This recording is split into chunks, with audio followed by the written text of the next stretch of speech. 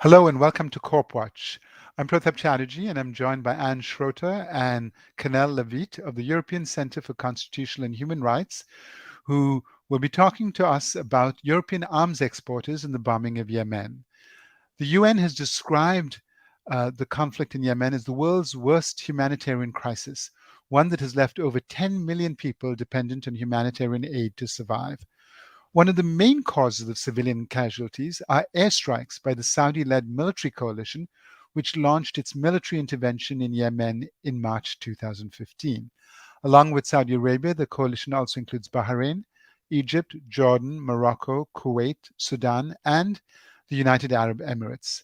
The companies that supply the weapons to these countries include Airbus, BAE Systems, Dassault Aviation, Leonardo, MBDA, Raytheon, Rheinmetall, and Thales. So over to my guest, Cannelle. Let's start with you. Um, Perhaps you could give us a little more background on the conflict. We're CorpWatch, so what we really want to know is about the companies and why they're supplying weapons and the kind of profits they make and who they've killed. But I think it's useful for people who might not know much about this conflict to just get a general background as to what's going on. Yes, thank you, Pratap. So in September 2014, the Houthis armed group in Yemen took control of the capital of Yemen, Sana'a, by force, which was a move that followed a series of smaller previous confrontations between the Houthis armed groups and other forces that included the Yemeni government forces. And these confrontations led to the current, at the time, president of Yemen, Mr. Hadi, to flee in southern Yemen. And in February 2015, the United Nations Security Council issued a resolution calling on the Houthis to withdraw their forces from government institutions, including from Sana'a. And other military groups were also active at the time, including troops that were loyal to the former president Saleh, and that aligned with various parts of Yemen's southern movement in the Arabian Peninsula. And that led to an, let's say, inflammatory context in Yemen, and to the intervention of a coalition in 2015, in March 2015, as you said, led by, so composed of several countries, but led by Saudi Arabia and the UAE, and that is still active up to this day. So I wanted, for people who haven't been to Yemen, and I haven't either, I thought I'd show just a very brief video from ECCHR's website, the European Centre for Constitutional and Human Rights. We should explain who. Actually, let's start with that. Who is the ECCHR? Who are you? I mean, I've named you, but it's perhaps you could define your mission and explain what it is that ECCHR does. So you're mostly lawyers and you work in human rights, and tell us more. Exactly. So we're a human rights organization. We're based in Berlin. We've been existing for over 10 years or 11 years now. And our main mission, our mandate, is to accompany people who have been affected by grave human rights violations in claiming their rights, in seeking redress, seeking remedy and justice before national or international courts. And in particular, we do this in relation to corporate violations, so violations caused by corporation, and in particular in their activities transnationally. And this is the department in which I work, Business and Human Rights. And in the context of this department on business and human rights, we look into the role of corporations when they operate in armed conflicts and how they can fuel armed conflicts or fuel the crimes that are committed during those conflicts with their activities. And we try to support affected people by these fueling of armed conflicts with legal interventions and strategic interventions before courts that are developed together by those, together by us, ECCHR, and those who are on the ground, for instance, like Montana for Human Rights in Yemen. Okay, now we'll come back to the legal interventions because that's one of the main things you do and that's important. But before that, let's just give people a sense of Yemen and some of the video and pictures that have been taken of the weaponry that has been used in Yemen. So we'll start with a short little video from, and I'll only play a little bit of it. It's a 6-minute long video, and I encourage listeners and viewers to go check it out on the ECCHR website. It's mostly in Arabic, so it's subtitled. But we'll just give you an impression of Old Town, the Old Town of Sana'a, which is 2,500 years old. So let's do this.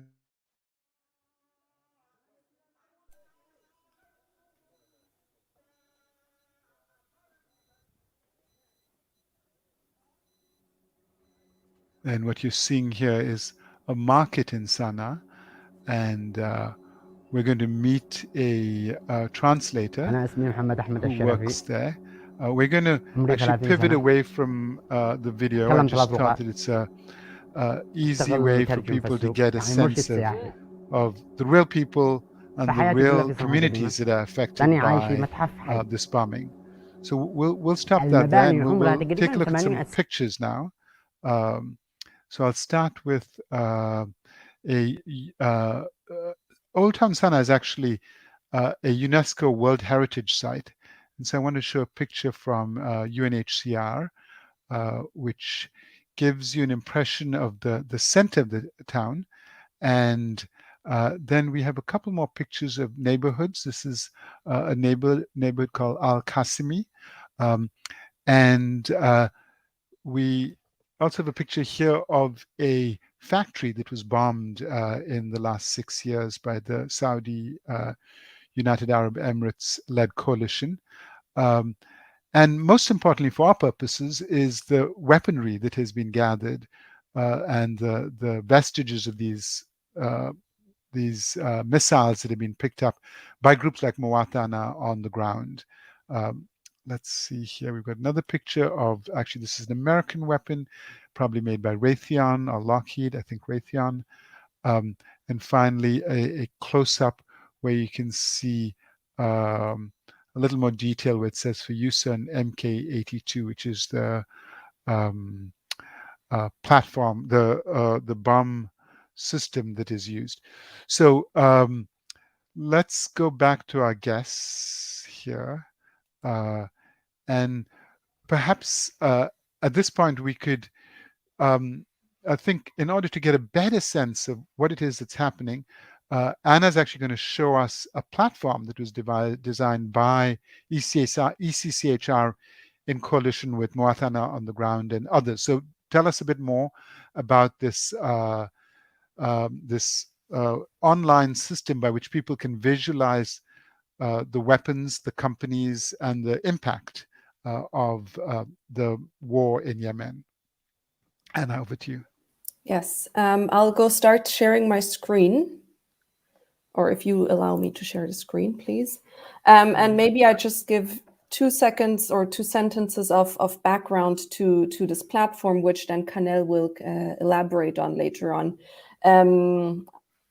In 2019, ECCHR, together with Muatana, as you mentioned already, and other partner organizations in European countries, made a submission to the International Criminal Court, asking it to investigate the responsibility of European arms exports, exporters, both the companies and the state officials, to the Saudi-led coalition that are then being used in Yemen.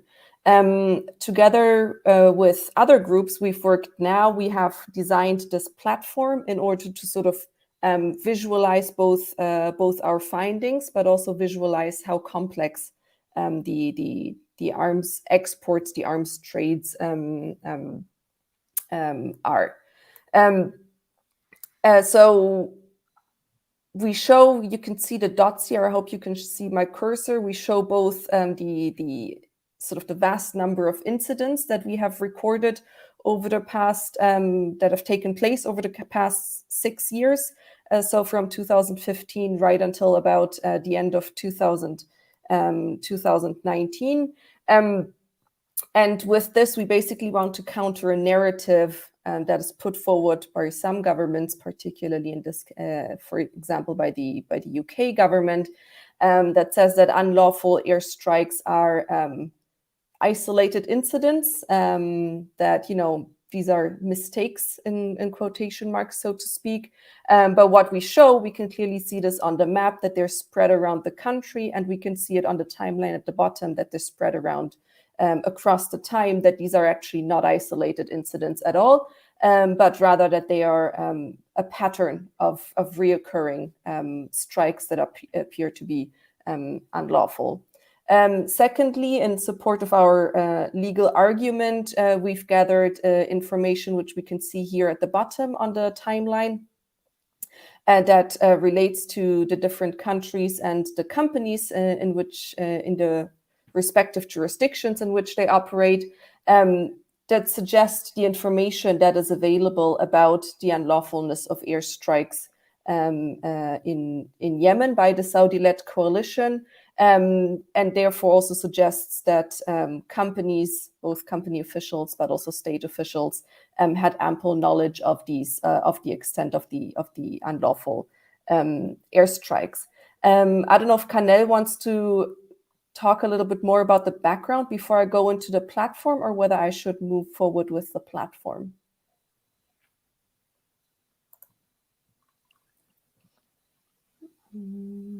If our host wants me to speak. Oh, sure, absolutely, Cannelle. Yeah, go ahead. Hang on, I'll just remove that from the. Sorry. Thank you. Yeah, go ahead, Cannelle. Yes. So this platform is basically stems from the idea of combining the legal intervention that ECCHR and its partner Montana for Human Rights and other partners in European and UK countries have brought to the International Criminal Court, together with open source investigation and graphic visualization techniques. And so the legal intervention that we have initiated with Montana for Human Rights is basically, you know, developing a legal argument that companies, so arms traders, as well as governments from the UK, from France, from Germany, from Spain and Italy, who continue to export weapons, as well as maintenance and support to Saudi Arabia and the UAE, up to this day, may be complicit in violations of international humanitarian law in Yemen, or even in war crimes. And we've developed that argument because there is, since March 2015, an extremely vast body of information and evidence coming in particular from the United Nations panel of experts on Yemen, that describes that the patterns of operations of the coalition in Yemen have been indiscriminately and disproportionately targeting not only civilians, but also civilians' infrastructures that are essential for civilian life, as well as religious buildings, schools, medical facilities, and as you showed also earlier, Pratap, cultural patrimony in Yemen. And this is documentation that we argue is for sure brought to the knowledge of companies as well as of governments who continue to export the weapons. And what we say is that, well, if you are a government and you are bound by the Arms Trade Treaty as well as the European Common Position, which obliges you to conduct a risk assessment as to whether or not your arms exports will not facilitate the commission of international human rights violations or war crimes. If you violate that obligation, you're not only in violation of your obligation under international law, but you may also become complicit in war crimes.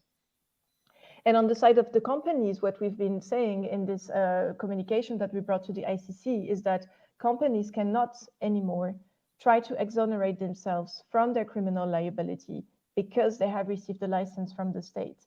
Because companies have their own, you know, they have their own obligation to respect human rights, and they also have their own obligation to conduct a human rights risk assessment when they decide to export a weapon to Saudi Arabia or the UAE. And there, it's also quite clear that when you are, you know, a company that has been doing business with Saudi Arabia for the last 10 years and that even has subsidiaries on the ground, you have the means and the competence to know what's happening on the ground. So that's why we also included those companies in our legal argument and in our requests to the ICC to investigate both the potential complicity of arms traders as of the government officials who decide to issue licenses still up until today for Saudi Arabia and the UAE. And that's a bit what the map, that's the legal argument basically that the map tries to support with the visualization of patterns, as Anna will explain. And you can actually zoom in and take a look at not just strikes, but also companies, right? And you can figure out manufacturers.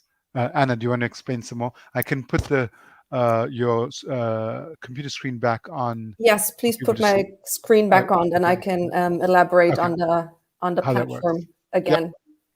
Here you go. So maybe just a caveat at the beginning. This platform is what we've gathered over the course of the investigation in preparation for the submission to the International Criminal Court at ECCHR, Muatana, and together with the other partner organizations. But it was then fed with data that was gathered by other organizations, particularly the Yemeni Archive and Bellingcat. And we've worked together with forensic architecture in sort of, putting all of this data together into this platform. This is by no means meant to be exhaustive. There may well be incidents that we haven't recorded or events that are relevant that we haven't recorded. So I'm just sharing this now. Anyone who's aware of information or thinks that there's, things should be included, they are very welcome to reach out to us on this. But I'll explain a little bit how the platform works. As we said, Cannelle explained already, the legal argument put forward in the ICC communication goes beyond the responsibility of state actors for the issuing of export licenses, and it includes the companies. So we can filter by companies. We can see here the two different yellow circles. If it's a full yellow circle, it means that we have a confirmed relationship between the company and an airstrike on the ground. If it's one of these perforated circles, it means that we may have a relationship, but it's not confirmed. So if I click, for example, on RWM Italy. This is Rheinmetall, which is a company based in Germany, but manufactures in Italy. Exactly, it's the Italian subsidiary. We will see all the incidents on the ground in Yemen that are, in some way related to weapons manufactured by this company. And we can then, as you said, zoom in. I thought we can zoom in actually here on Sana'a, because here we can see that there is a full circle rather than a perforated one. And then we can zoom in a little bit more, and we can find two incidents that have the full circle, which means if we open one of them and the description pops up, we can see sort of a description of the incident, where it took place, what happened, and then we can see here the remnants that were found and the manufacturer which manufactured this remnant, and then on the bottom the source link us to the evidence, the underlying evidence, basically. Similarly here, for the other incidents, this was also a similar weapon type that was also manufactured by RWM Italy. And we can see on the timeline at the bottom, sort of, the reoccurrence of perforated circles where we believe RWM Italy maybe or weapons exported, manufactured by RWM Italy may have been involved. If we go to the other category, and I'll zoom out a little bit of the map again, and we go to the airstrikes, we can here again filter for airstrikes in which remnants were found. If we click on this box and we zoom out, the sort of the orange or yellow portions of the circles indicate where remnants were found, which can sometimes be traced back to specific European companies. Sometimes they're just remnants of which we have an indication what weapon systems it is, but we're not able to trace it back to a specific company.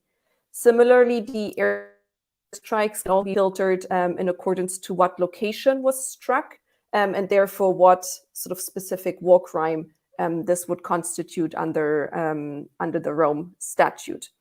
And then lastly, what Cannelle has already mentioned, when we go to evidence of complicity here, this is sort of derived, these categories are derived from the Rome Statute and the legal requirements of complicity, which we have sort of adapted a little bit to a more general understanding.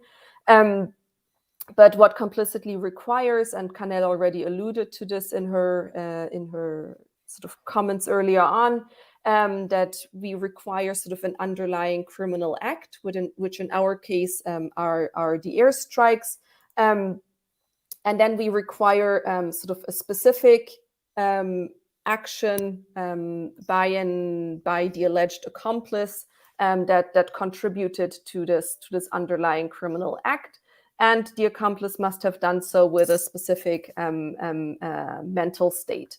So I've, again, thought of an example to show you where we select the arms deals and exports companies' statements and subsidiaries in the UAE, and then the post-sales services, which include training and maintenance after an export has taken place.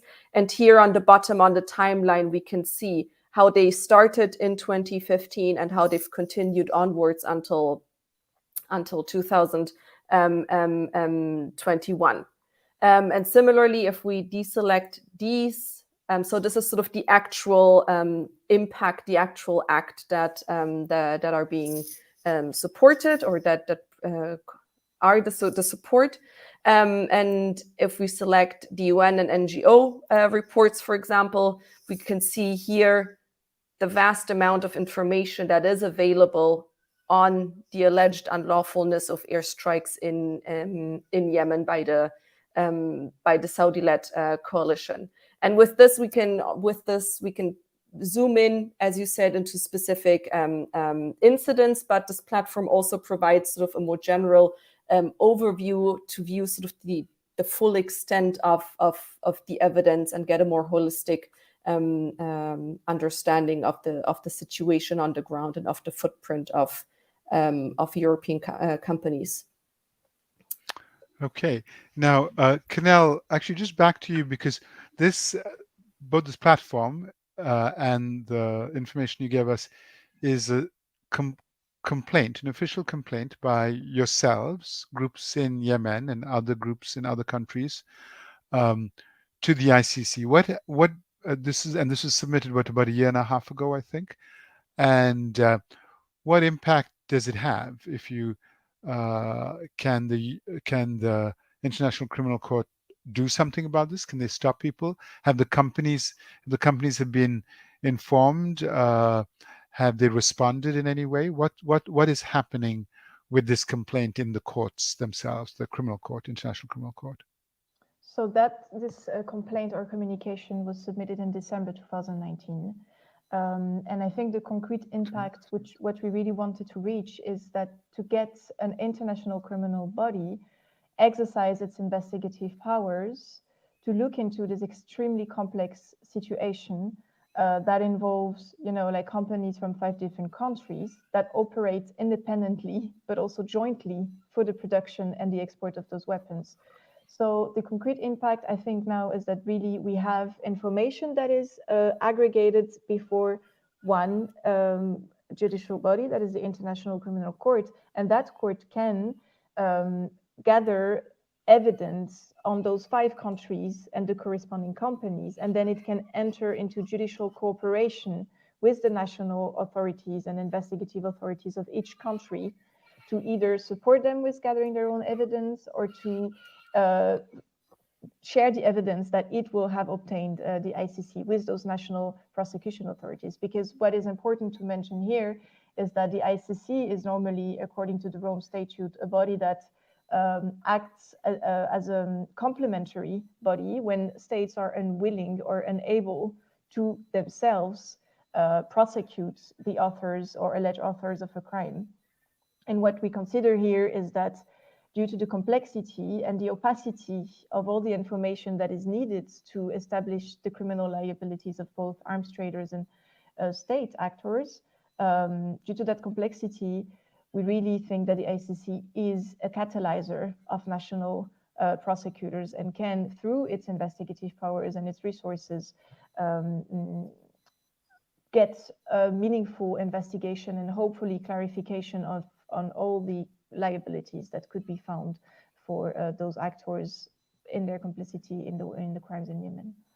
And have any of the countries responded? I mean, the ICC will look at your information, but have the countries or the companies submitted information in their defense or back to the ICC, or is that stage not reached yet?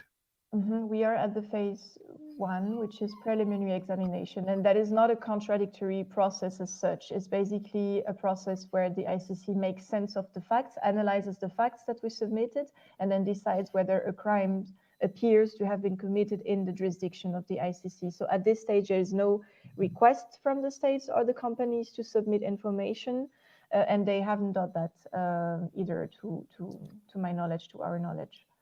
And they haven't. None of them have reached back to you or answered your questions. There's silence at their end, or have some of them communicated with you in some shape or form?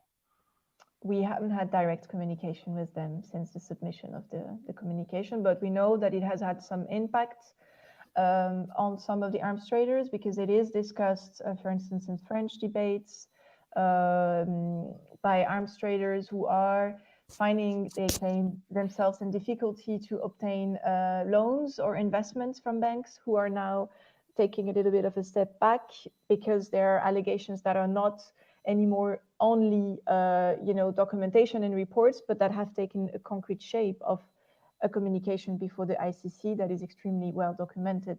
So this is a bit how we have indirect communication with arms traders in particular, and also with governments when they reply, for instance, to parliamentary questions in their own countries, who raise the issue of potentially those licenses being facilitating the commission of crimes in Yemen. The ICC communication is mentioned by some members of the parliament in those 5 countries, but the reply is a little bit elusive most of the time, and just putting the ball back into the field of national secrets or foreign policy, saying that states are conducting their risk assessment as they should do according to international law, and that therefore they're not concerned at this stage with the allegations that we have submitted. Now, I would like to show a video from Muatana on the ground, which actually lays out specific incidents and weapons, missiles that were used against particular civilian locations. I think it's a short video. It's about 2 minutes long, and I think it really kind of crystallizes this issue in a way that makes it easy for viewers to understand. So let's go ahead and play that video. It's called Day of Judgment. The war in Yemen revealed huge arms deals between Saudi Arabia and the United Arab Emirates, and arms manufacturing countries such as the United States, the United Kingdom, Italy, and France. In March 2015, Saudi Arabia and the United Arab Emirates led a 9-nation coalition with the aim of launching military attacks on fighters of the armed group Ansar Allah, Houthis, and military units loyal to former President Ali Abdullah Saleh, after they seized control of Yemen's capital, Sana'a, in September 2014. The coalition bombed civilians and basic civilian infrastructure, hospitals, schools, gas stations, civilian homes, weddings, funerals, farms, and water wells, as well as orphanages and centers for the visually impaired. The report, Day of Judgment, documents 27 attacks by the coalition led by Saudi Arabia and the UAE. As a result of these attacks, 203 people were killed and at least 749 people were injured. Among the killed and wounded, 122 were children and 56 were women. Muatana for Human Rights found remnants of weapons at the sites of these attacks. In 22 of these attacks, the weapons used were manufactured in the United States, and weapons produced in the United Kingdom were used in 2 other attacks, while in 3, the weapons used were in part produced in the United States and the United Kingdom. At the site of one of the attacks, Muatana found a piece of a suspension lug used to connect the bomb to the structure of the plane that turned out to be Italian-made.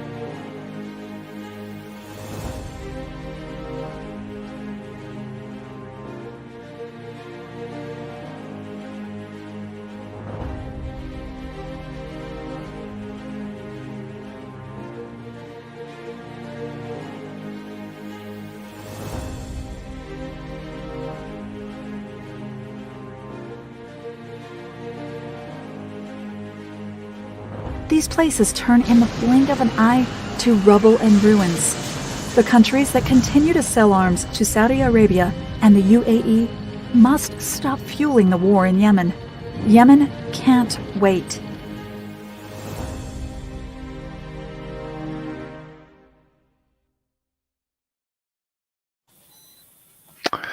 And that was a video made by Muatana in Yemen.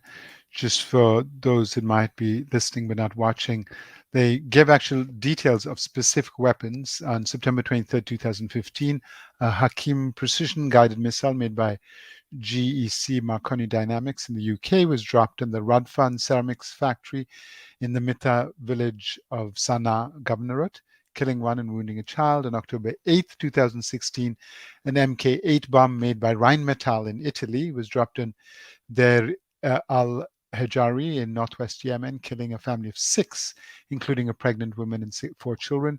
And April 22nd, 2018, a GBU-12 made by Raytheon was dropped in a wedding party in the village of Raqqa, Bani Qais neighborhood in Hajjaj,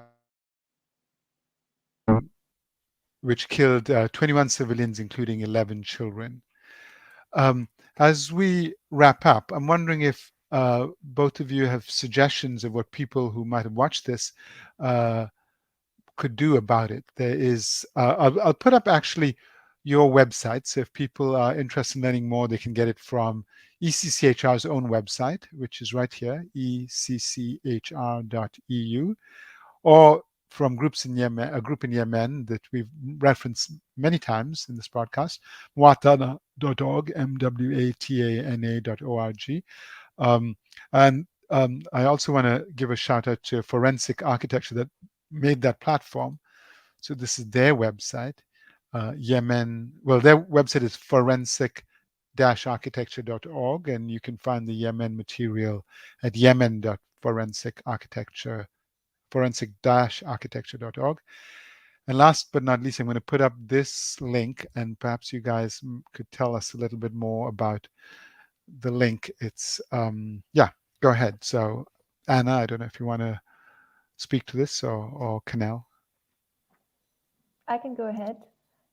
So this link is about, you will find on that link a letter that has been drafted by the Campaign Against Arms Trade. They are a disarmament organization based in the UK and our partner on the ICC communication. And in that letter, what you can do is to sign that letter and send it to the Office of the Prosecutor at the ICC, asking the ICC to take action on the situation in Yemen and arms exports.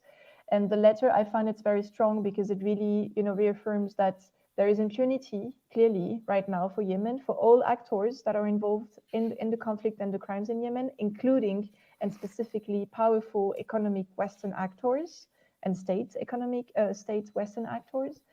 And that is the ground on which the ICC can take action, because there is impunity, and the ICC, according to the Rome Statute, is here also to tackle the situations and catalyze accountability where impunity prevails. So yeah, I recommend everyone to have a look at this letter and consider creating public accountability by sending it to the Office of the Prosecutor. And if you don't have a chance to type this up, I'll put it in the comments on Facebook and YouTube, so people can and link it so people can send a letter directly from our website, or I imagine that they can do it also from the ECCHR website, which is right here once again. And there's more than just information in Yemen. I mean, you work in dozens of countries, so there's a lot of other information. Any other closing remarks from either of you as we wrap up here on what it is? You did speak of the program, ECCHR's business program on business and human rights. What are some of the other issues that you deal with there? Topics that we probably would love to talk about in the future, since we're CorpWatch. So in the context of the business and human rights, we also look at how corporate actors may, well, fuel armed conflicts, but through other means, such as financing of terrorists or armed groups. That's the case concerning the French company Lafarge for its illegal activities in Syria. But we also look at how companies can have a serious impact on rights to health, for instance, by looking at pesticides and the impact of pesticides that are banned in the EU but exported to other countries such as India, and can affect and do affect very seriously the health of people using them in India. And we're also looking at how corporate actors are more and more also contributing to the global warming through their activities by the again by the pesticides, but also by the emission of CO2 emissions. What else? We're also looking at how corporate actors are violating often labor rights in their supply chains, in particular, by relying on production and on suppliers based in countries where labor laws are much less protective than in Europe, and then by pretending that they do not have any say on what their suppliers or subsidiaries do in those countries. And for that, we use the momentum of human rights due diligence that has been taking place in Europe, and in particular in France and Germany lately, who have adopted laws that create duties for companies to respect human rights in their globalized supply chains. Yeah, so these are some of the topics that we work on. Well, thank you so much. And I encourage people, we've lost that link, ECCHR.eu to get more information. And I want to say thank you, Anne Schroeter and Cannelle Lavite of the European Centre for Constitutional and Human Rights, for joining me. Thank you again, and please tune in for our next episode, which we will announce on Facebook and Twitter when it comes up. Thank you. Thank you very much. Thank you.